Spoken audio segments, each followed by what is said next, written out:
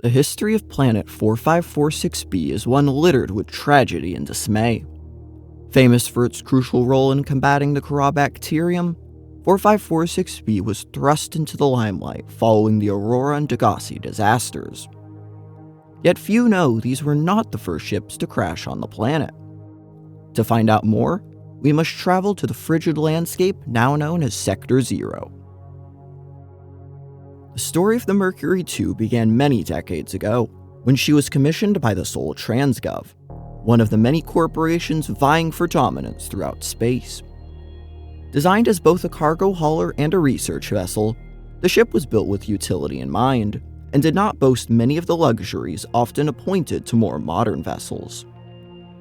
Even so, the ship was well equipped, housing a massive propulsion drive core, cargo holds, a nuclear reactor, an alien containment, a cafeteria with a fully stocked galley, spacious crew quarters, and a state-of-the-art bridge for easy navigation.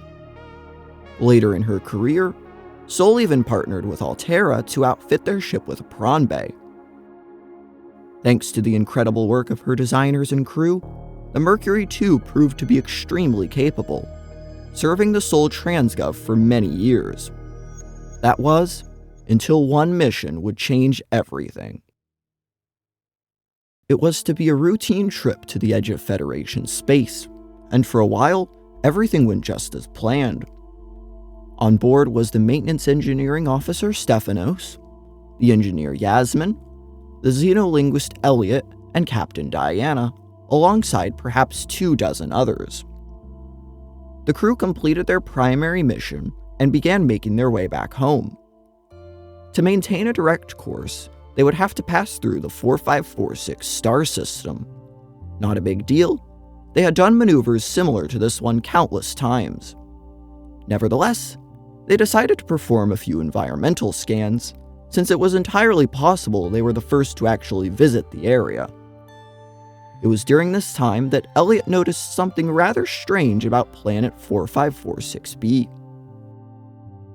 Oh man, oh man, oh man. This is every xenolinguist's dream. I was helping with the planetary scans, and there are possible unknown structures on the surface. This could set my career up for life. The images are a little degraded coming through the atmosphere, but it looks like intentional and complex architecture, which means civilization, and civilization means language. Oh, man. And now most of the crew wants to get home. I understand that, but this could be a defining discovery. I'm definitely going to put a bug in Diana's ear about going to the surface so I can take a team to explore.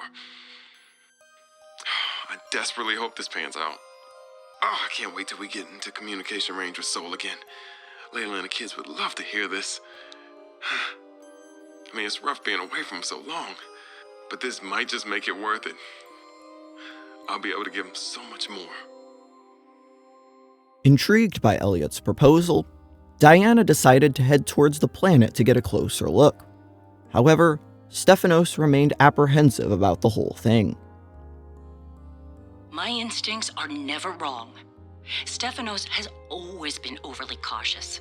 He hates taking risks, which I suppose is understandable when you're in the back end of the galaxy. But no risk, no reward. Elliot finds evidence of alien architecture on a completely uncharted planet, and he expects me to ignore that? Orion's belt, I would be an absolute fool. We've done some scans, and while there aren't a lot of mineral resources on this planet, there is decent biodiversity. Teams go out in the morning. There should be a significant specimen and sample haul for biopatenting, which will be split among the crew as part of the discovery clause. Let's see Stephanos and everyone else complain when they have a few more Sol Transgov credits in their uniform pockets. They'll learn to trust my instincts at some point. Brushing off Stephanos' concerns, Diana began making preparations to send a search team down to the planet's surface. But upon entering 4546b's upper atmosphere, something terrible happened. Sol should pay me more to lead these missions. I saved the whole damn crew from destruction. Mercury 2 was nearly obliterated by an immensely powerful energy beam. I don't know any weapon system with that level of capability. power source to get that kind of range must be, well, otherworldly. We got lucky. The energy signature is similar to some of the weaponry meant to counter pirates on mining freighters. The refraction of the beam across the atmosphere, Orion's belt, it looked like the Northern Lights. Such power. I fired the emergency flares and dumped water from the nuclear core. I think the heat signature confused the weapons tracking for just an instant. I managed a slight evasive maneuver, and I felt the Mercury get rocked by the sonic boom as the nuclear runoff rapidly evaporated. That alone could have taken us out. Definitely asking for a pay raise. This is not what I signed up for. My days of risky missions should be behind me. But what the hell? I still got it. Even if it was luck. Hopefully, whatever didn't want us on the planet doesn't mind when we leave. After detecting the Mercury 2's arrival, the quarantine enforcement platform opened fire on the vessel. Reacting quickly, Diana managed to confuse the weapon's tracking and avoid a direct hit. Still, the shockwave from the blast was so powerful that she was forced to execute an emergency landing. A minute later, and the ship touched down in the icy world of Sector 0. After making sure everyone was okay, the crew began to take stock of their situation. They had landed on a large ice sheet, a few miles northwest of the unknown structures, with nothing but glaciers in every direction. While their circumstances were far from ideal, Diana was determined to not let this opportunity go to waste. She put Elliot in charge of a team that would go out and investigate the unknown structures. Meanwhile, Stefanos, Yasmin, and the other engineers would work to repair the damaged thrusters, so they could be ready to leave at a moment's notice. With that, everyone got to work. Real quick, if you're enjoying the video so far, would you consider subscribing? It helps out more than you might think. Also, comment what you'd like to see me do next. Alright, back to the video. Well, we landed safely, despite my apprehension. Diana, damned adrenaline junkie, took one of her defining risks and it paid off. Why hire me as the maintenance engineering officer if you aren't going to listen to their advice? Papa. I didn't go to school for 8 years and get 3 degrees for nothing. I tried to convince Diana that we don't need to stop for repairs. That's what the drift drive and the secondary propulsion system are for. It's just a bit slower. But she's in charge, not me. On the plus side, I get to work with Yasmin. I didn't know she was such a busybody. She's been going around the whole ship giving folks a hand. I think she was getting on Diana's nerves, so she assigned Yasmin to me. She's helping me inspect and repair the thruster systems. I thought I was the most mechanically inclined person on the ship, but I think she has me beat. She can definitely teach me a thing or two, as long as I don't get too distracted by her smile. She's got the best smile. While the repairs were being started, a small team went out to explore the ice sheet, but their vehicles seemed to set off an unusually large amount of seismic activity. The group pressed on before seeing a massive creature charge out from beneath the ice, not far from their location. Unbeknownst to the Mercury's crew, the ice sheet on which they had landed was the territory of the ice worm Leviathan. Realizing the danger, the survey team were forced to abandon their vehicles and walk home to avoid provoking the creature. I can only do repairs in spurts, and it's so inefficient. The larger tools seem to set off seismic activity nearby. A crew came back telling stories of gigantic worms burrowing in the ice. I don't know what they were going on about. They were hypothermic and frostbitten because they walked back to avoid angering them. The ice shelf is probably a bit unstable and they got disoriented or something. To borrow from Diana, Orion's belt thermocouplings are not meant to be worked on in 20-minute spurts. If we break the process, we'll break the ship. But it's nice to hang out with Yasmin while we wait for the rumbles to stop. I hope she doesn't mind all my questions. I love hearing her voice. Her face lights up, and she's got the most expressive eyebrows. They're practically acrobats. The way she looks when talking about nuclear engineering is the same way I look at my grandmother's domades. The woman never sits down, though. She told me that she used to do decathlon in college, and I can believe it. She's like a bouncy ball, just all over the place. She makes rounds on the ship every day to see if people need help. I should do something nice for her. She's always helping everyone else. I wish I had a fraction of her energy. I finished the reactor checks. We dumped a ton of runoff, and we don't need the rods melting down. Then I helped with the scavenging, chopped some veggies with the cooks, and tried to help Diana, but she sent me down to engineering with Stefanos. I've been working with him the last few days. Stefanos, how to describe Stefanos? He's by far the most thorough engineer I've worked with, and no ego. He never leaves a job undone, no matter how late it is. I've never seen him awake before 11, and he always greets me by saying, "Kalimera, Yasmin," in the sleepiest drawl. Not a morning person, that one. He listens with the slightest smile on his face and twirls this stray curl by his ear. He asks a billion questions, but I don't mind. He surprised me today. There's an empty room on the bridge, just a spot of negative space in the ship. He set a picnic there and said I need to relax. He even called me a busybody. There were these crazy glowing fungus things he found to set the ambiance. The most exciting part, though, drum roll, he can jailbreak fabricators. He made a small batch of traditional Grecian dishes, but the craziest part? He managed to make a suitable falafel for me. I never thought I'd see a good falafel in deep space. Alhamdulillah. A quiet genius, that one. This planet may be a cold mistress, but maybe it isn't so bad. Despite their original plan being thrown out the window, things were looking up for one man in particular. Elliot's team had conducted enough research that they felt an attempt to reach the alien structures was within their grasp.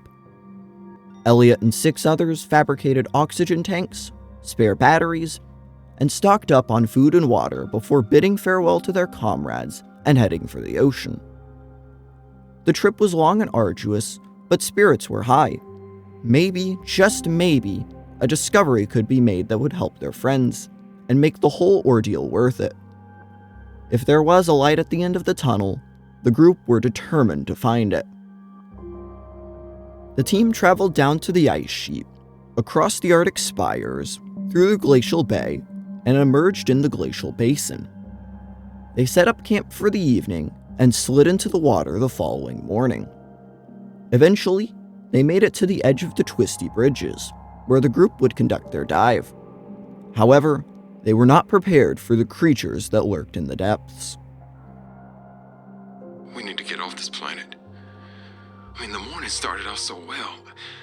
I took a team of 6 out to find the structures from the planetary scans, and we were all in high spirits. Who wouldn't be? These structures would be clues to another sentient race. It was highly unlikely that another colony would be out this far. We were going to be in the frickin' history books. Everything was going okay. We were a few miles from the ship when our radios picked up an actual signal. It sounded like an SOS. We got overly excited naturally and decided to enter the water to follow it. That decision cost 3 lives.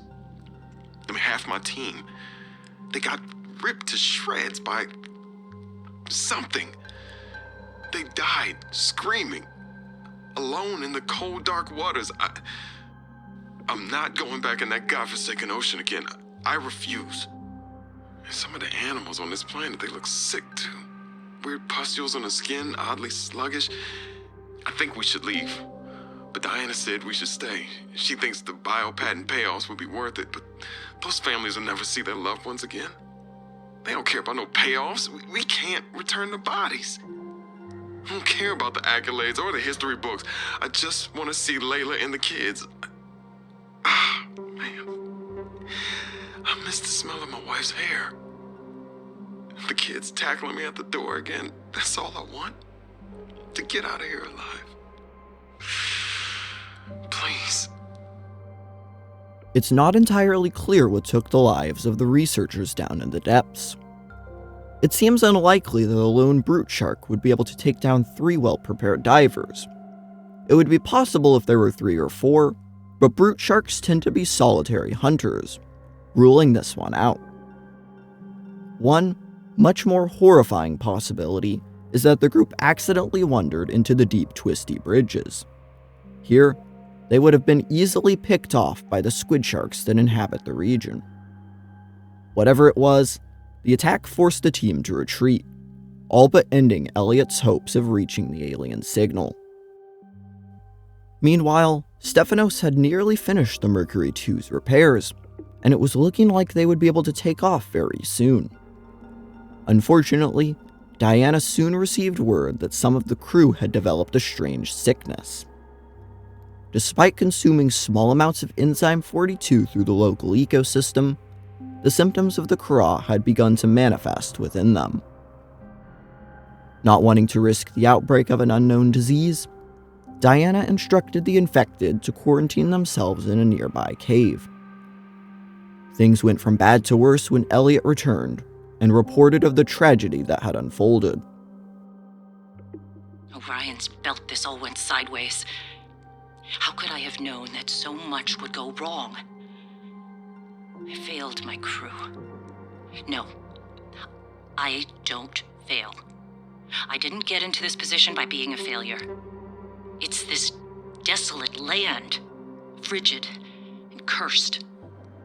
Between these tunneling creatures and the strange sickness that a few of the crew are showing symptoms of, we have to leave at first light tomorrow. We are prepping for a rapid takeoff.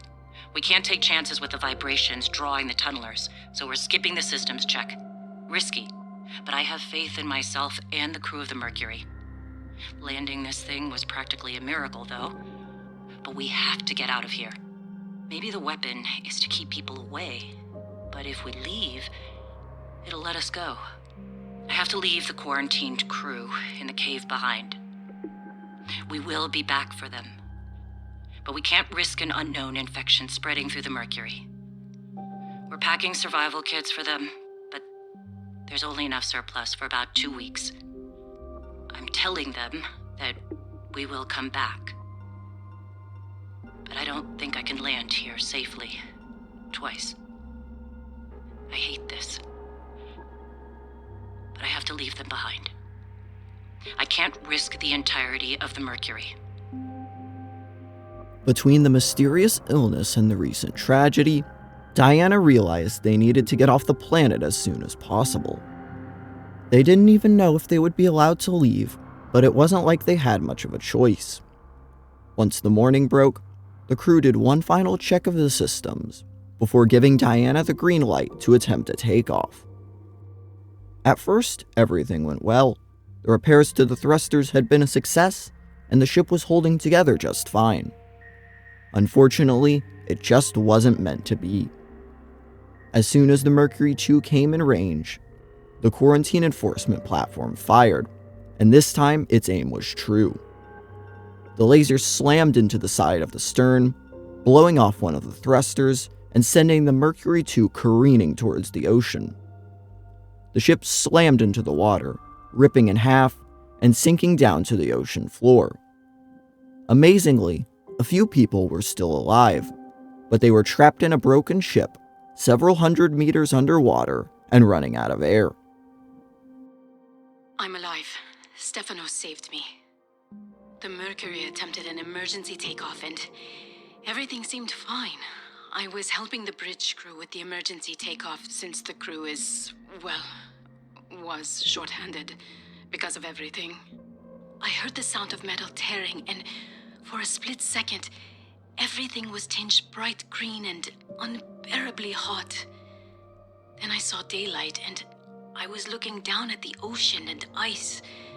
The strongest wind I've ever felt roared in my ears, ripping through the ship.